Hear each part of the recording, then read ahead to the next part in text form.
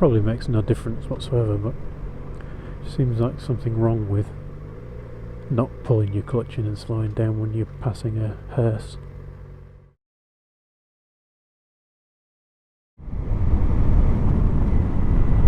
Good afternoon, YouTubers.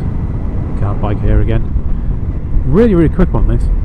I just want to know what people's thoughts are on the best settings for drift cameras. I've got the Drift HD, so it's the 1080 one, but not the Ghost. I couldn't justify spending the money on the Ghost, whereas the HD was about 95 quid, which is quite pricey, but the Ghost was about 3 times that. And so far I've had it set on, now I'm not talking about things like exposure. I've been fiddling about with that for what seems like forever and not really got anywhere, but I'm thinking about the frame rate settings and the resolution. So I have had the defaults, which were 1080p, so recording in the highest resolution that the camera can do, and 30 frames per second.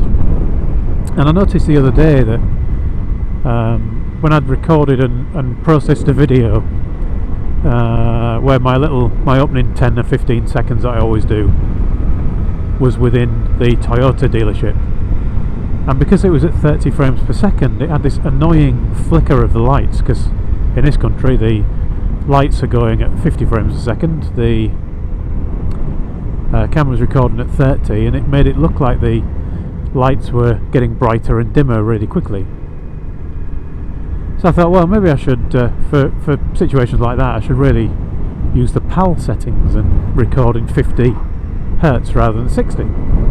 So this video is actually in the PAL setting, but it comes out as 25 frames a second. I think it's PAL is 50 frames interlaced, so this is 25 frames per second with a progressive scan. So the first question is, I mean, this is 1080p, 25 frames. Do people see a difference between that and 30 frames? I would imagine that the video will have less data in it, so it'll be smaller, so I don't know if it's going to look better or worse, flickery for people who are used to 30 frames, I don't know. So let me know.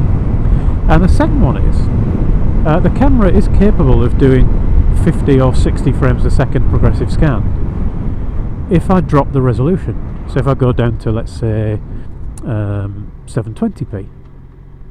That's an interesting road position for turning left. So I don't know what people think, 'cause once you get it on YouTube, YouTube seems to cripple every video I upload. I've seen lots of videos on YouTube that look far much better than mine. I don't know, I have no idea why other people can get them so crisp and YouTube mangles mine so badly, because they look good. When I've recorded them and rendered them, they look great, and once they're on YouTube they're just horrendously pixelated and blockified and horrible. Which made me think, should I go for 720p? Yes, it's lower resolution, but it means that I can then go up to 50 or even 60 frames a second, which has got to look better for the slow motion stuff. You know, I can have twice as many frames in slow motion, it'll be a lot less jumpy.